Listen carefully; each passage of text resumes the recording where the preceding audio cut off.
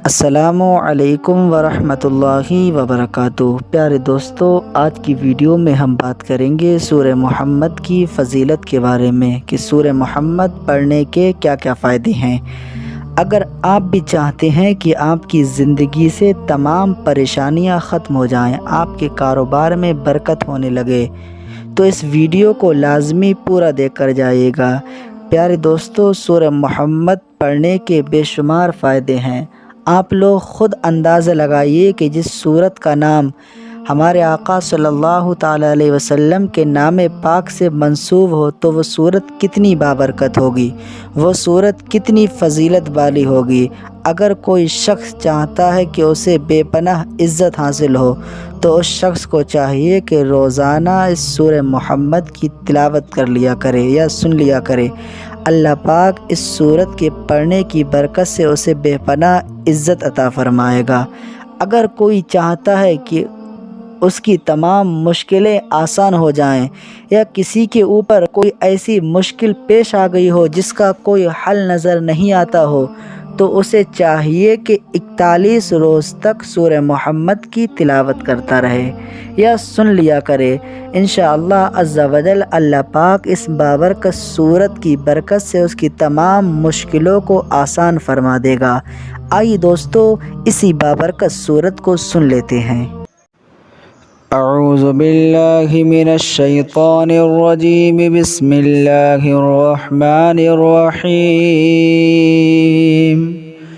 अल्लज़ीना कफ़रू व सद्दू अन सबीलिल्लाहि अज़ल्ल अअमालहुम वल्लज़ीना आमनू व अमिलुस्सालिहाति व आमनू बिमा नुज़्ज़िला अला मुहम्मद वहुवल हक़्क़ु मिन रब्बिहिम कफ़्फ़र अन्हुम सय्यिआतिहिम व अस्लह बालहुम ज़ालिक बिअन्नल्लज़ीना कफ़रू इत्तबअुल बातिल व अन्नल्लज़ीना आमनू इत्तबअुल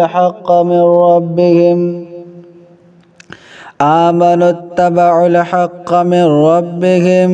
कफ़्फ़र अन्हुम सय्यिआतिहिम व अस्लह बालहुम ज़ालिक बिअन्नल्लज़ीना कफ़रू इत्तबअुल बातिल व अन्नल्लज़ीना आमनू इत्तबअुल हक़्क़ मिन रब्बिहिम कज़ालिक यज़रिबुल्लाहु लिन्नासि अम्सालहुम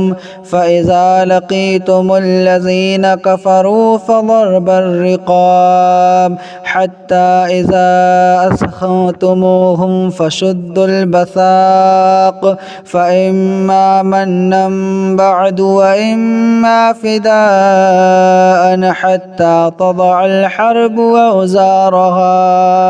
ज़ालिक वलौ यशाअुल्लाहु लंतसर मिनहुम वलाकिन लियब्लुव बअदकुम बिबअद वल्लज़ीना क़ुतिलू फ़ी सबीलिल्लाहि फ़लन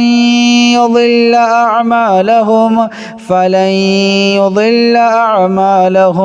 सयहदीहिम व युस्लिहु बालहुम व युदखिलहुमुल जन्नत अर्रफ़हा लहुम। या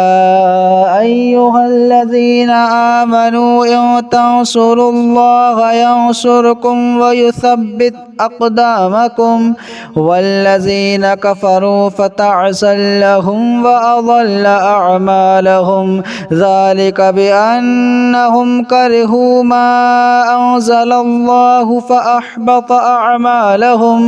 अफ़लम यसीरू फ़िल अर्दि फ़यंज़ुरू कैफ़ कान आक़िबतुल्लज़ीना मिन क़ब्लिहिम दम्मरल्लाहु अलैहिम वलिलकाफ़िरीना अम्सालुहा ज़ालिक बिअन्नल्लाह मौलल्लज़ीना आमनू व अन्नल काफ़िरीना ला मौला लहुम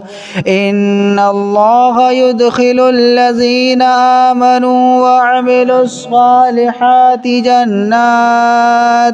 जन्नातिन तजरी मिन तहतिहल अनहार वल्लज़ीना कफ़रू यतमत्तऊन व यअकुलून कमा तअकुलुल अनआम वन्नार النار مثبى لهم وكأي من قرية هي أشد قوة من قريتك التي أخرجتك أهلكناهم فلا ناصر لهم أفمن كان على بينة من ربه كمن زين له سوء عمله واتبعوا أهواءهم مثل الجنة التي وعد المتقون فيها أنهار من ماء غير آسن وأنهار من لبن لم يتغير طعمه وأنهار من خمر لذة للشاربين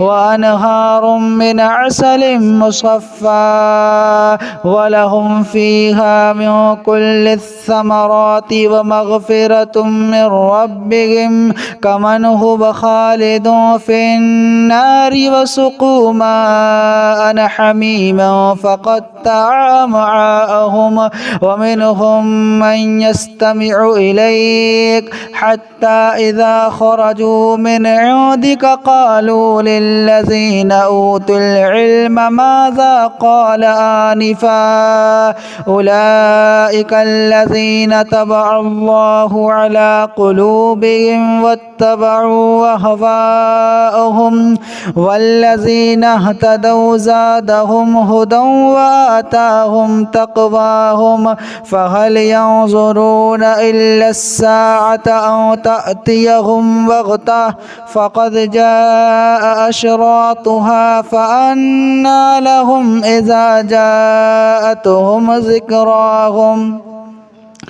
فاعلم أنه لا إله إلا الله واستغفر لذنبك وللمؤمنين والمؤمنات والله يعلم متقلبكم ومثواكم ويقول الذين آمنوا لولا نزل السورة فإذا أنزلت سورة محكمة وذكر فيها القتال رأيت الذين في قلوبهم مرض ينظرون إليك نظر المغشي عليه من الموت فأولى لهم طاعة وقول معروف فإذا عزم الأمر فلو صدقوا الله لكان خيرا لهم فهل عسيتم إن توليتم أن تفسدوا في الأرض وتقطعوا أرحامكم أولئك الذين لعنهم الله فأصمهم وأعمى أبصارهم أفلا يتدبرون القرآن أم على قلوب أقفالها إن الذين ارتدوا على أدبارهم من بعد ما تبين لهم الهدى الشيطان سول لهم وأملى لهم ذلك بأنهم قالوا للذين كرهوا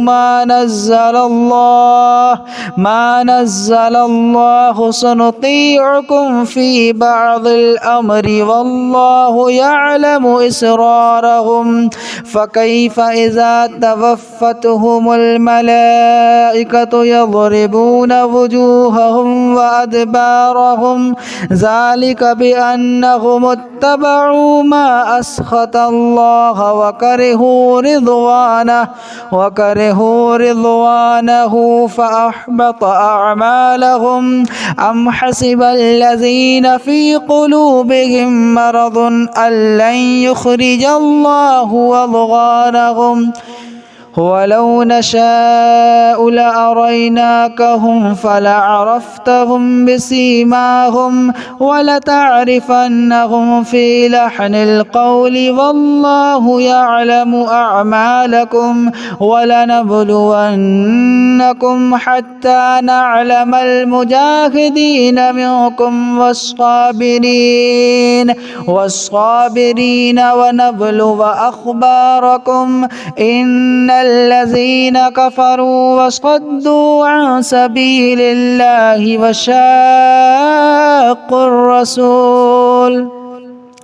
وشاقوا الرسول من بعد ما تبين لهم الهدى لن يضروا الله شيئا وسيحبط أعمالهم يا أيها الذين آمنوا أطيعوا الله وأطيعوا الرسول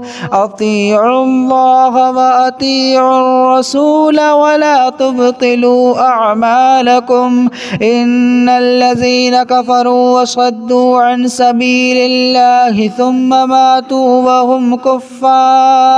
وهم كفار فلن يغفر الله لهم فلا تهنوا وتدعوا إلى السلم وأنتم الأعلون والله معكم ولن يترككم أعمالكم إنما الحياة الدنيا لعب ولهو وإن تؤمنوا وتتقوا يؤتكم أجوركم ولا يسألكم أموالكم إن يسألكموها فيحفكم تبخلوا ويخرج أضغانكم ها أنتم هؤلاء تدعون لتنفقوا في سبيل الله فمنكم من يبخل ومن يبخل فإنما يبخل عن نفسه والله الغني وأنتم الفقراء وإن تتولوا يستبدل قوما غيركم ثم لا يكونوا أمثالكم